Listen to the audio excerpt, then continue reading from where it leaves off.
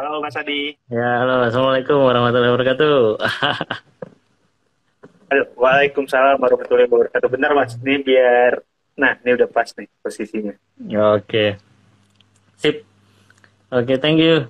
Buat Yuda nih udah mau nih tampil di Syariah Saham. Nih spesial ya, Yud. Kita nggak pakai flyer. Pokoknya mendadak ya. Mumpung lah, kosong nggak kosong ya udah sama-sama live aja. Oke. Ini nggak lagi jalan dari Margonda ke rumah kan? Enggak Mas, itu dilakukan kalau lagi pusing aja. Jadi Oh. kebetulan lagi happy-happy aja. Jadi Nah, lagi ah, happy banget Mas. waduh, ada apa ini? Oke, penasaran nih. Yud, udah lama nih, Yuda nggak Hmm. pernah nongol lagi nih di timeline-timeline syariah apa di saham-saham nih. Biasanya kan ada satu Ah, saham yang disebut terus kena jegal. Nih ada apa nih Yud sebenarnya? Yud? Apakah pensiun dari saham? Apa gimana nih ceritanya nih? jadi emang udah hampir 1 bulan lebih nggak bikin konten tentang investasi di pasar modal, nggak ngomongin saham sama sekali.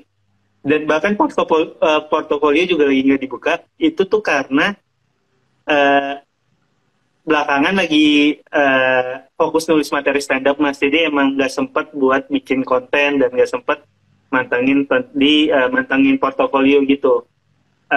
Jadi Ya. ya udah emang fokusnya mau lagi bikin materi stand up dulu, yang ininya emang ditinggalin sementara waktu. Tapi kalau udah pensiun atau enggak sih jawabannya enggak, karena emang pembahasan tentang investasi saham nih pembahasan yang mau rutin dilakuin di kedepannya, tapi emang belakangan ini lagi enggak dulu. Karena ya emang lagi nggak mantau sama sekali sih Mas. Oke, oke. Nah ini yang bikin penasaran kan biasanya nih menghiasi timeline-timelinenya, story-storynya retail ini kan. Wah, ini pokoknya kalau ada saham A mau naik, Yuda masuk buru-buru kepada keluar nih, takut kena guyur nih gitu kan. Iya Mas, jadi sekarang nih retail lagi kehilangan arah Mas. Dia bingung harus indikator siapa gitu. Nah, biasanya ada Kompas ya gitu. Wah, ini saham A udah dikolek sama Iya. Yuda nih harus buru-buru jual nih gitu. Nah, ini nanti kita juga bakal panggil Yud, salah satu foundernya Syariah Saham, Mang Amsi. Nanti kita bakal sharing-sharing nih berdua. Nah, eh, Ya. kalau mungkin bisa sedikit Yuda kasih tahu cerita sedikit ya. Misalkan Yuda tadi cerita kalau investasinya ini tetap investasi gitu kan. Berarti udah nggak trading lagi Hmm. atau sebenarnya masih trading nih gitu. Bisa dibilang udah sama sekali nggak trading Mas. Akhirnya nemuin, kan investasi ini kan macam-macam ya, ada investasi, ada yang trading, dan eh, akhirnya ternyata yang bikin Yuda nyaman itu tuh nggak trading gitu. Maksudnya kalau ya kan investasi harus yang bikin kita tidur nyenyak katanya ya. Ya. Nah Nah, ternyata trading itu nggak cocok di Yuda, nggak cocok di gue nih Mas. Kenapa gitu? Ya karena setiap hari ngelihat pergerakan harga, setiap hari eh, nge-cut loss gitu. Jadi itu tuh kan bikin gak enak gitu. Akhirnya emang emang udah meniatkan diri buat belakangan ini investing aja, nggak trading. Kenapa gitu? Karena emang bukan orang yang tipe sering mantauin setiap hari. Dan yang kedua, ternyata kalau kita investing bukan trading itu tuh bikin tidurnya lebih nyenyak. Kenapa gitu? Ya, selain bikin tidurnya lebih nyenyak, jadi ngerasa cukup sih Mas, ngerasanya ya. Karena semenjak nggak trading lagi, jadi nggak ada kebutuhan buat minta lebih dibanding apa yang udah kita punya sekarang. Halo Mas, halo Mamsi. Ini oke, oke. maaf nih Halo sotoy-sotoy Yuda, nih. Mang Amsi. Wah, akhirnya. Ini Santai, ini santai. ceritanya buat teman-teman Syariah Saham yang baru bergabung. Ini kebetulan saya bisa mengundang dua-duanya nih. Beliau-beliau ini terkenal sibuk dan nanti kita akan sedikit ngupas tuntas deh gimana triknya, gimana mereka masih sibuk tapi juga masih bisa investing gitu kan. Nah, kalau Yuda kan Iya, kita tahu biasanya dikit-dikit trading ya Yud. Ya, ada saham iya. apa, posting jadi konten Yang gitu rame kan. apa ikutan masuk, yang rame apa ikutan masuk. Nah, Ah, waktu masih kayak gitu tuh Mas, masih sering FOMO gitu. itu tuh bikin jadinya beli saham tuh pusing banget gitu, stres banget karena anjir gue ketinggalan saham ini, padahal ya nggak perlu kayak gitu. Kalau ada orang lain yang untung di satu saham, ya kita nggak perlu untung di saham yang sama juga. Kalau ada orang lain yang untung, ya kita ikut seneng aja, tapi kita nggak perlu ikut-ikutan gitu. Nah akhirnya pas sekarang udah mulai lebih ke investing jangka panjang, beli beli sahamnya rutin di setiap bulannya. Jadi ngelihat ada orang yang cuan di satu saham tertentu itu tuh nggak ngerasa ketinggalan gitu, kayak ya udah lu emang nggak apa-apa lu untung di sana, tujuan gue tuh bukan untuk untung dalam waktu deket kok, jadi gue nggak perlu untung sekarang kayak lu, gue emang mau ngejarnya di jangka panjang gitu, jadi nggak perlu ikutan sprint kayak dia, gue maraton pelan-pelan aja gitu sih Mas. Oke, nah ini yang menarik ini. Kalau soal ngomongin tujuan investasi ini jangka panjang apa jangka pendek, mungkin kalau bisa dibilang Yuda udah dapat hidayah ya. Jadi nggak ngejar lagi saham yang lagi. Bukan itu ya Mas. Akhirnya kapok karena sering banget cut loss. Nah itu tuh. Bukan apa? Dijegal semestanya udah cukup lah ya gitu ya.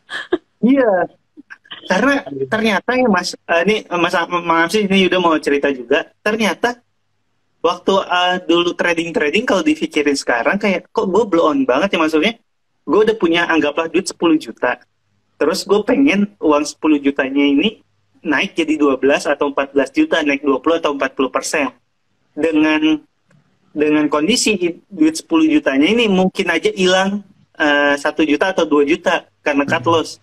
Kan kayak aneh kita mempertaruhkan uang yang udah bener-bener kita punya buat sesuatu yang belum kita dapat gitu. Akhirnya sekarang kayak, oh ya udah, kalau gue punyanya 10 juta ya udah gue cukup aja dengan 10 juta, nggak perlu pengen jadi 12 atau 14 juta dalam waktu cepat. Yang penting 10 jutanya tetap kejaga nilainya, nggak ikut turun gitu. Oke. Jadi secara resiko lebih nyari yang enggak bikin turun, bukan yang cepat naik dalam waktu dekat gitu. Oke. Nah menarik nih, Mang Amsi ini juga biasanya selalu muncul dengan timeline kayak misalkan lagi di feed IG-nya nih posting suatu saham atau deretan saham gitu. Nah ini beberapa bulan ini sudah mulai menghilang Mang dari peredaran ini. Boleh diceritain sedikit nggak Mang? Apakah sudah kembali ke habitat asalnya di hutan atau masih bisa di rumah yang mewah gitu? Halo, maaf sih lagi tulis materi stand up kayak saya nih Mas. Sebenarnya tadi pas Kang Adi ngasih taunya kan spontan ya Kak Yuda. Jadi pertama salam kenal juga nih karena kita baru ngobrolnya sekarang. Tapi sebenarnya saya menyimak kalau stand up tuh sejak tahun 2014 ya. Mungkin saya lebih sering nonton Sucinya pas Suci 4. Oh itu jadi saya itu saya Suci 4 Mas. Iya betul. Angkatannya Dodit, Ayuda, terus siapa lagi Zawin yang juaranya David kan ya, sama Abdur. Nah, karena waktu itu saya sedang melanjutkan studi di UIN Jakarta, kampusnya Zawin tuh. Nah, kemudian untuk di sela-sela ngisi tesis itu saya suka nonton stand up-nya gitu.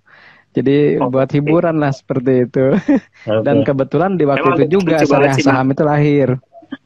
Tapi saham itu lahir. Dulu itu zaman Suci 4 itu Yuda juga masih FOMO itu, Mang. Dia grading waktu itu. Juara 1 itu kan udah dapat hadiah ya, tapi di tengah jalan dia dijanjiin sama siapa? Aduh, yang cewek dari Soimah. Janjiin dapat motor ya kalau nggak salah ya. Dapat motor atau dapat? Ya, tapi itu waktu di Suca. Oh Suca ya. Oh iya. Jadi ini Mas Adi. Itu tuh ada dua ini ya. Di Suci. Iya. Di Suci itu nggak terlalu sukses. Pindah ke Suca. Nggak juara juga. Iya. Di Suca kan yang Suca yang ngelahirin ini ya. Siapa? Bintang ya. Iya, Bintang Emon tuh Suca 3. Suca 1 tuh Mas Cemen sama Musdalifah sama Epi Security. Arafah juga dari Suca ya. Arafah tuh Suca 2. Marcel. Ini Mas, Saya menarik. suka kok dengan stand up komedian karena saya tuh sebenarnya di sekolah itu figurnya guru galak, Kak Yuda. Tapi sebenarnya saya jiwanya humoris ya. Suka oh, bercanda gitu. Cuman karena tampilannya aja saya kalau di kelas kan seolah-olah guru yang menyeramkan gitu. Padahal sukanya kita candaan gitu ya. Termasuk misalnya kalau canda di saham tuh yang populer kan gitu nih. Dulu banyak orang yang menjadi jutawan karena saham bumi. Tahun 2008 ya, banyak yang jadi jutawan karena saham bumi. Setelah sebelumnya miliarder gitu. dari miliarder Dari jadi miliarder jutawan ya. langsung Jadi balik ke jutawan. jutawan. Ya. Itu kan Ya. bisa kebayang berapa tuh anjlok sahamnya gitu ya. Kalau sekarang mungkin yang fenomenal apa Kak Adi? PTDU ya? Luna, Ya, makasih Luna. Oh, itu kripto ya. Iya. Itu Kalau di dari saham sekarang miliarder apa jadi tuh? ratu, jadi apa ya? Jadi ribuan. kemarin ada lagi tuh Ribuan kripto ya. juga yang naik kenceng dalam sehari, ada tuh dari 3.000 ke 90.000 apa ya. Tapi belum rame kayaknya. Hmm, Belum rame Oke. itu. Maaf sih, Nah, berarti kalau kalau guru galak tuh guru yang sering diomongin di stand up sih, Mang. Gimana? Kalau ada podcast stand up comedian udah pasti maaf sih yang dibahas tuh kayak Chongli-nya si Rahmat gitu-gitu. Ya, tapi saya meskipun galak, saya kenal semua siswa, jadi aman. Oh, Maksudnya oke. bahkan siswa yang katakanlah sering kabur di pelajaran lain, kalau pelajaran saya tuh hadir. Kenapa kamu hadir? Kan biasanya nggak ada. Ya karena Bapak tahu nama saya. Kalau kabur pun tetap tahu katanya gitu. ya. Jadi Jadi kita suka Yud, Mangam sih Jadi ini masalahnya masih nih. terkenal ini Yud. Kalau bisa dibilang kalau komputer itu udah Pentiumnya udah di atas rata-rata, karena untuk menghafal semua siswa itu nggak ada yang dia nggak hafal gitu. Makanya nggak heran kalau Syariah Saham bisa bikin data laporan keuangan sampai 700 saham itu diapalin sama Mang Amsi. Coba aja Yuda tanya saham apa yang syariah, pasti Mang Amsi bisa jawab tuh. Ayo. Saham yang syariah ya. Coba ya, bentar ya. Saham yang syariah. Oh, kalau Apa bocorannya nih, kalau bocorannya teman-teman coba kalau ada nih komen juga. Oh ini deh. SAMF. apa? SAMF SAMF. yang Saraswanti itu ya? Iya, itu sempat saya sempat punya di sana. Oke, itu juga saya lihat lebih ke perusahaan ini ya, perusahaan industri dasar gitu, dan memang secara fundamental sih masih bagus kalau dilihat ya. Tapi saya harus baca lagi karena itu udah lama tuh gak diliatin juga. Kayak yang terbaru yang saya temukan itu yang menarik sebenarnya, tapi udah kabur terbang ya. Jadi SMDR itu masih murah Kang, meskipun harganya 4.000 itu PI-nya masih 3, itu. Jadi secara fundamental itu masih murah sebenarnya, cuman ya nggak tahu juga apakah memang sedang ada big money di situ ya. Tapi kalau secara fundamental memang valuasinya sangat murah ya, dikatakanlah seperti itu. Kemudian juga yang saya temukan yang murah itu salah satunya adalah TAPG juga. Jadi saham sawit yang masih murah. Dan masih banyak sih, mungkin besok lah dibahas ya Kang. Kalau SMDR kan mau stock split Mang, jadi mungkin PI-nya di 4.000 bisa kekejar lah itulah. Iya, ya, tapi SMDR tuh Mas Adi mengamsi, Yuda tuh udah pernah kan waktu itu diajarin ya kalau mau value investing cari aja satu emiten yang paling besar di setiap industrinya, kan salah satunya SMDR kan, dia di industri dia paling besar kan. Sempet banget tuh mau beli, cuma nggak beli beneran terbang. Mungkin gara-gara nggak beli ya. Betul. Nah betul, itu langsung ada yang komen Yud, jangan beli Yud, Mas Yuda takut turun gitu, jangan beli. Dan sebenarnya kalau SMDR secara teknikal pun itu belum patah trennya Kang Adi. Jadi sejak di harga berapa ya, di harga 300 atau 400 itu dia selalu mantul di amat 30 gitu kalau secara teknikal ya. Jadi mantul lagi. Jadi kalau masuk emas itu belum keluar Kang Adi. Nah, makanya kemarin ada teman saya yang ngirim screenshot, dia udah 1000% di SMDR. Nah, ini Mang, kita cut sedikit di bagian mantul di teknikalnya. Mang Amsi ini kan orang fundamentalis gitu ya.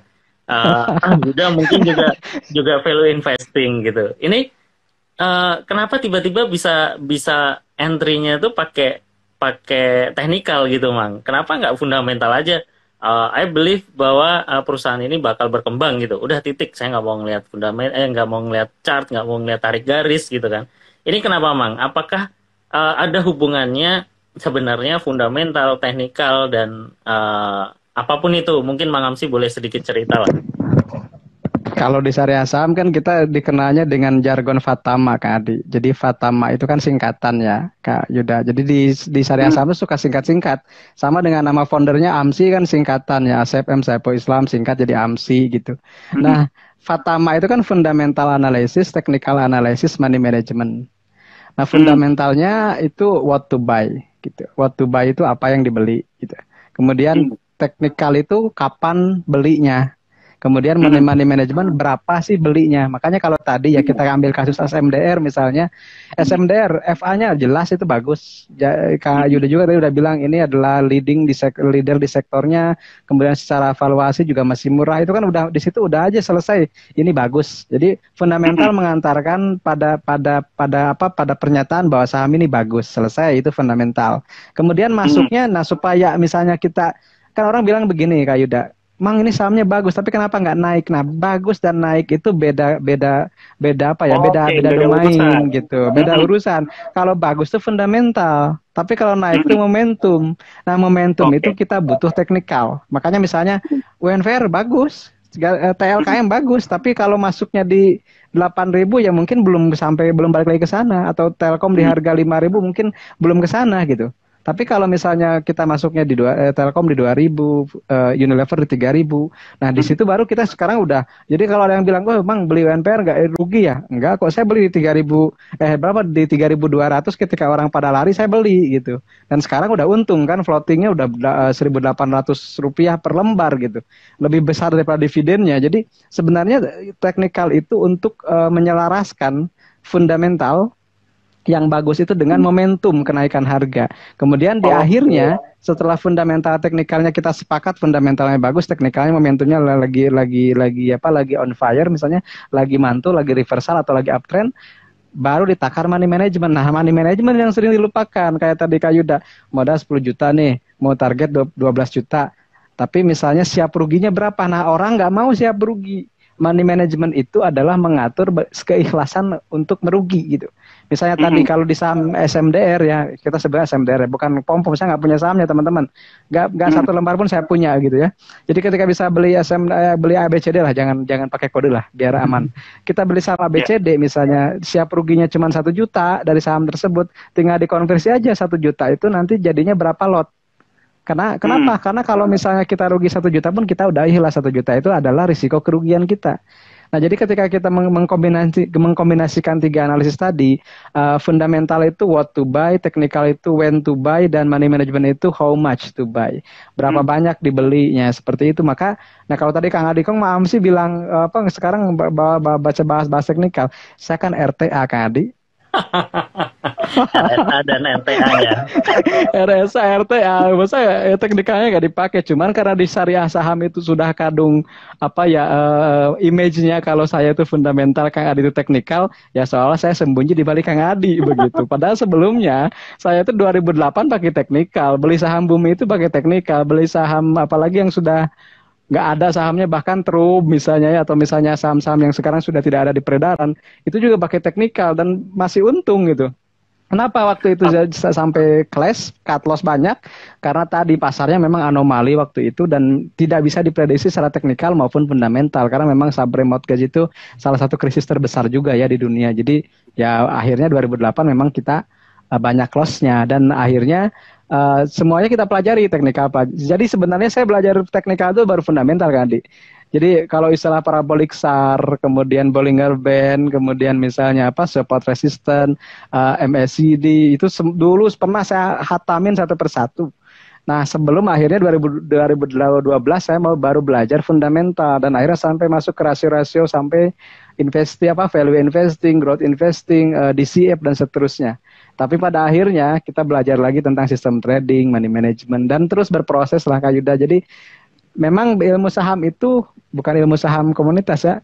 Ilmu saham itu tidak pernah ada habisnya gitu. Selama kita mau belajar dan setiap tahun selalu ada yang baru. Begitu bagi dari saya. Mau Mas Adi, mengabsi mau nanya boleh nggak? Silakan. Tadi kan bilang saham yang bagus itu pakainya fundamental, tapi perlu momentum.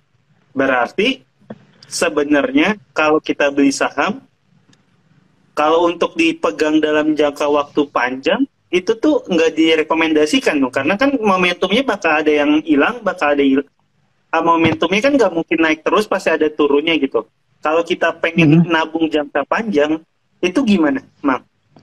Kalau menurut saya gini Kak Yuda, coba filosofinya kalau kita saham itu invest di dalam platformnya ya, dalam platformnya itu investing atau buy sell di mana-mana.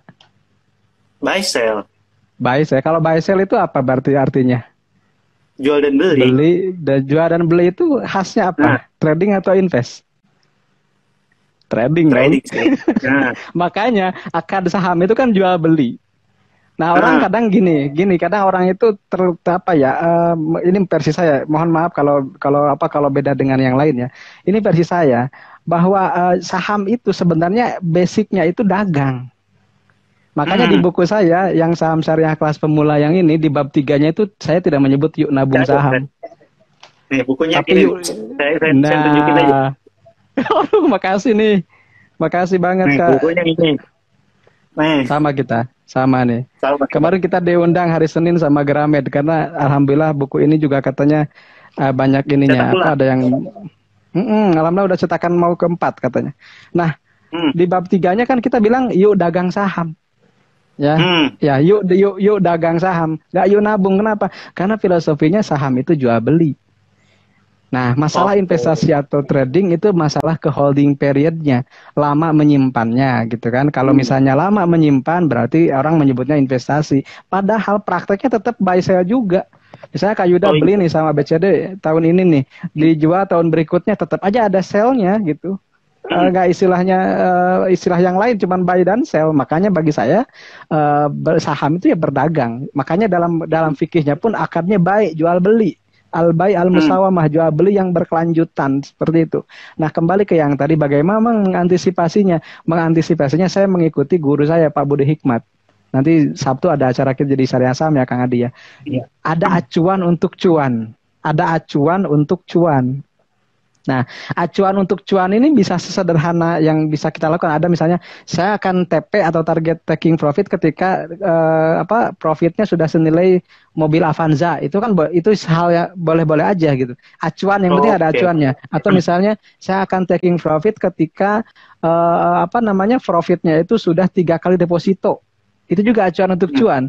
Kalau yang lebih rumit lagi, yang lebih kompleks lagi, ada misalnya kalau Pak Budi itu menggunakan standar deviasi. Jadi saya akan TP ketika saham ini standar deviasinya sudah plus 3. Jadi kalau di Stockbit tuh di Kang Adi itu ada tuh fasilitasnya. Ada PI misalnya 3 standar deviasi, PER-nya sudah 3 standar deviasi. Di situ akan saya jual. Kenapa? Karena biasanya katanya kalau saham itu sudah 3 standar deviasi ke atas itu sudah mulai koreksi. Nah, itu juga ada acuan untuk cuan. Jadi acuan untuk cuan bagi masing-masing orang itu bisa berbeda. Ada yang dengan sesimpel kalau sudah senilai mobil Jepang saya take profit. Ada yang misalnya tadi ya saya akan 3 kali deposito saya take profit. Kenapa? Karena 3 kali deposito itu sama dengan 3 tahun kita menyimpan kalau di dalam instrumen deposito. Atau misalnya 3 kali sukuk itu 5% sekarang. Misalnya 15%, saya akan take profit. Itu juga bisa. Atau kalau secara teknikal lagi misalnya acuan untuk cuannya adalah ketika menembus MA 20. Nah, itu juga acuan untuk cuan. Jadi banyak sekali acuan untuk cuan itu tergantung kita mau pilih yang mana. Bahkan ketika ada salah seorang trader yang cuma setia dengan satu saham saja, dia bisa untung banyak. Kenapa? Karena dia sudah tahu karakternya gitu. Saham ini kalau misalnya ada yang pegang Sido nih. Kalau Sido ini kalau 700-an beli aja, merem aja katanya. Tapi kalau 900-an mulai nih hati-hati jual mulai siap-siap jual. 975, 950 itu siap-siap jual. Itu juga acuan untuk cuan. Jadi acuan untuk cuan ini untuk ada filosofi jangan sampai buah yang matang yang sudah ranum itu busuk di tangkainya karena kita telat memanen. Gitu Kak Yuda. Itu yang sering terjadi di saya tuh Kak Mak. Saya tuh kan beneran jarang mantau ini ya. saya tuh ada beberapa saham yang sempat naik banget. Mm-mm. Tapi emang beberapa, ini kalau saya sebutin sahamnya rata-rata non syariah gitu. Emang ada beberapa saham Santai aja, yang saya nggak punya. apa-apa Kak. Mm-mm. Kayak anggaplah saham bank dia udah naik 20%. Terus karena terus Goto juga nih sekarang ini salah Udah satu mulai untung. ya yang menyadarkan saya kalau ternyata investasi di saham tuh yang salah satu yang penting itu kesabaran gitu. Karena di saat Betul. orang tuh waktu kan saya Goto beli dari IPO kan emang sempat naik banget, dan saya ngerasa karena saya percaya sama perusahaannya, ya udah saya nggak mau jual dulu, saya pengen nabung rutin di saham tersebut setiap bulan, dan sempat turun banget tuh dari floating profit 35% malah jadi floating loss 35%. Tapi ya udah beli aja rutin setiap bulan, dan banyak yang bilang juga lu ngapain sih beli di kayak gitu, tapi ya udah karena pemikiran sendiri, pede sama apa yang dipercaya, sekarang sabar udah untung lagi nih. Cuma sampai sekarang belum di TP kayak yang kemarin Bang, yang bisa jadi kayak yang Mang Amsi bilang tuh, malah buah yang udah matang busuk di pohon nanti balik jatuh lagi gitu. Karena belum punya acuannya untuk cuannya tuh di mana gitu. Bener kan itu salah satu pelajaran yang menarik banget sih dari Mang Amsi. Kita harus tahu acuan mau ngambil apa namanya cuannya di mana gitu. Karena biasanya kadang sering ya udah saya diemin aja, atau emang belum pengen dipakai kok uangnya, selalu kayak gitu ngerasanya. Iya. Padahal ya, paling gitu. Kalau kita lihat kayak tadi PE-nya emang udah ketinggian, ya udah tarik dulu kalau PE-nya udah ketinggian. Atau kalau emang kok ini secara teknikal udah tembus EMA 30, ya udah tarik dulu. Kan seharusnya bisa kayak gitu ya, bukan beli dan tutup mata gitu ya, Mang. Iya, karena gini, apalagi di saham syariah ya. Saya ini juga buat teman-teman yang di syariah saham. Saham syariah itu kan tiap 6 bulan direview. Tiap 6 bulan direview. Jadi ada kemungkinan dia akan switch gitu, atau misalnya akan keluar dari daftar efek syariah. Nah itu juga jadi namanya risiko di saham syariah itu nambah lagi satu, Kak. Nambahnya itu adalah risiko dikeluarkan dari daftar efek syariah.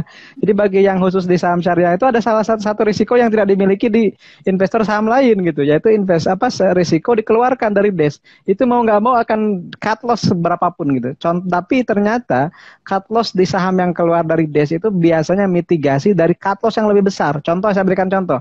Orang sering tanya ke saya sekarang, Mamsi masih punya WSBP nggak? Karena singkatan WSBP itu wajib sell bulan Februari gitu. Itu singkatannya, wajib sell bulan Februari gitu.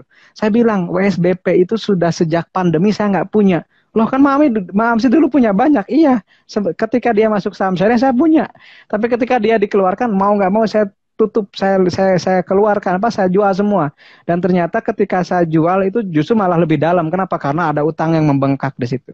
Karena di salah satu mitigasi dari saham syariah itu, kalau dikeluarkan berarti utang bunganya membengkak gitu, Kak. Utang berbasis bunganya itu adalah bertambah, melebihi dari toleransi. Dan kalau utang sudah mulai bertambah, kemungkinan kalau tambah terus bisa minus. Dan terbukti WSBP itu ekuitasnya minus.